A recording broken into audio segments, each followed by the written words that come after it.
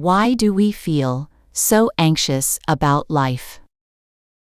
It is perfectly natural to feel unsettled by life and find it difficult.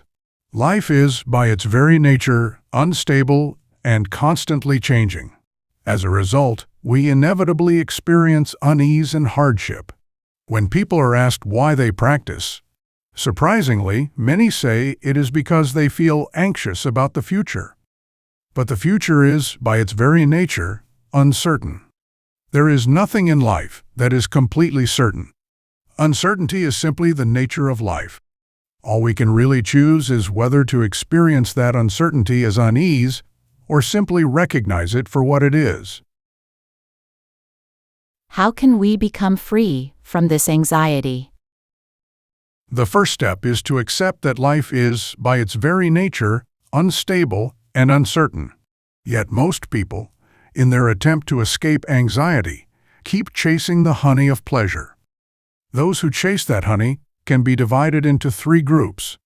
The first are those who are completely absorbed in the sweetness of the honey.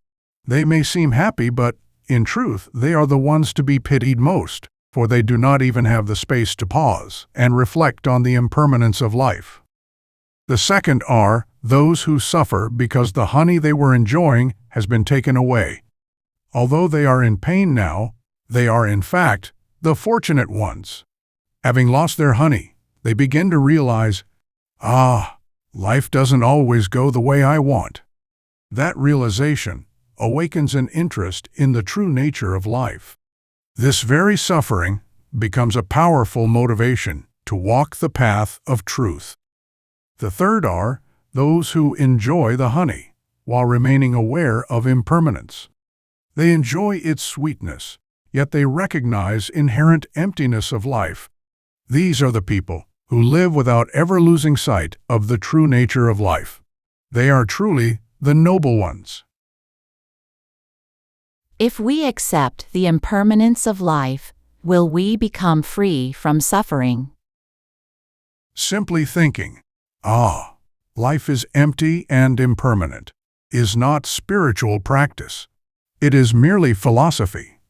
The Buddha's teaching begins with impermanence and shows us the path to freedom from it. How then can we become free from this impermanence?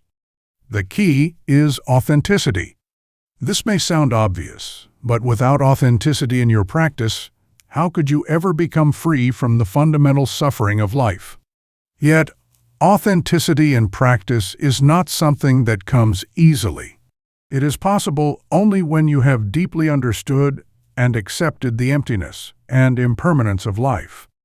Last time, each of you came up with your own definition of spiritual practice.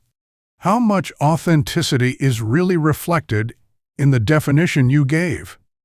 If your longing to become free from the emptiness and impermanence of life is genuine, then the definition you have given will naturally come alive in your practice. I've made up my mind to take one step each day toward becoming more peaceful and brighter. As I've continued my practice, my excessive desires gradually begin to fade, and I find myself practicing with greater diligence. As I've practiced with the determination to become free from this suffering, little by little, I find myself breaking free from my lethargy, and my motivation begins to return. Isn't that exactly what would happen? As you continue practicing in this way, your mind gradually begins to change. And one day, even the very definition of spiritual practice that you once held is bound to change. Why? Because as your practice deepens, either your way of being and your life itself begin to change, or the way you see them changes. As your perspective changes, your definition of spiritual practice naturally changes as well, guiding you little by little toward freedom from the emptiness and impermanence of life. Why do we lose motivation to practice when we think about the impermanence of life? Some people become more discouraged when they think about suffering and mental afflictions. Others, on the contrary, become more motivated. Although we practice to become free from the emptiness and suffering of life, where we place our focus depends on our individual disposition. Depending on your disposition, there are two approaches to spiritual practice.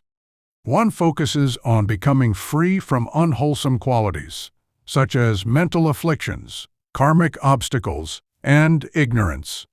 The other focuses on cultivating wholesome qualities, such as awareness, one's true nature, and wisdom.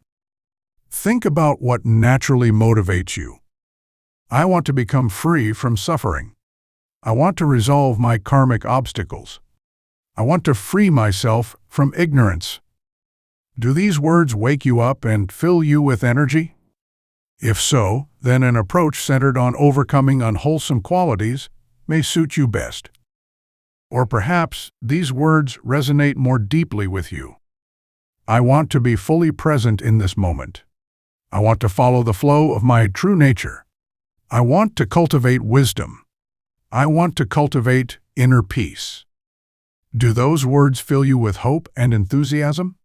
If so, then an approach centered on cultivating wholesome qualities may suit you best. There is no single right answer. People are simply motivated in different ways. So pay close attention to where you naturally place your focus and notice which approach truly inspires you. Would it be better for those who tend to see the negative first to make overcoming unwholesome qualities their focus? Before looking at your disposition, you should first examine your motivation for practice. Otherwise, you may end up confusing your habitual tendencies with your true motivation for practicing. For example, imagine a basket filled with both fresh fruit and spoiled fruit. Some people naturally notice the spoiled fruit first. That's simply their karmic conditioning. But if they are not careful, they may mistake that conditioning for the true motivation behind their practice. So, set aside your habitual way of looking at things for a moment, and first ask yourself, which one genuinely inspires me to practice? Even if you think you already know the answer, do not be too quick to conclude. Take the time to observe your own mind directly. Some people are more motivated by an approach centered on overcoming unwholesome qualities. Others are more motivated by an approach centered on cultivating wholesome qualities. Now, among those of you listening today, how many feel that you are more motivated by an approach centered on overcoming unwholesome qualities? Please raise your hand. And how many feel that you are more motivated by an approach centered on cultivating wholesome qualities? Please raise your hand. It's almost exactly half and half. Given that this is the case, how could there possibly be a single definition of how spiritual practice should be? Motivation is extremely important in spiritual practice. So, even if you think you already know which direction to take, don't be too quick to be certain.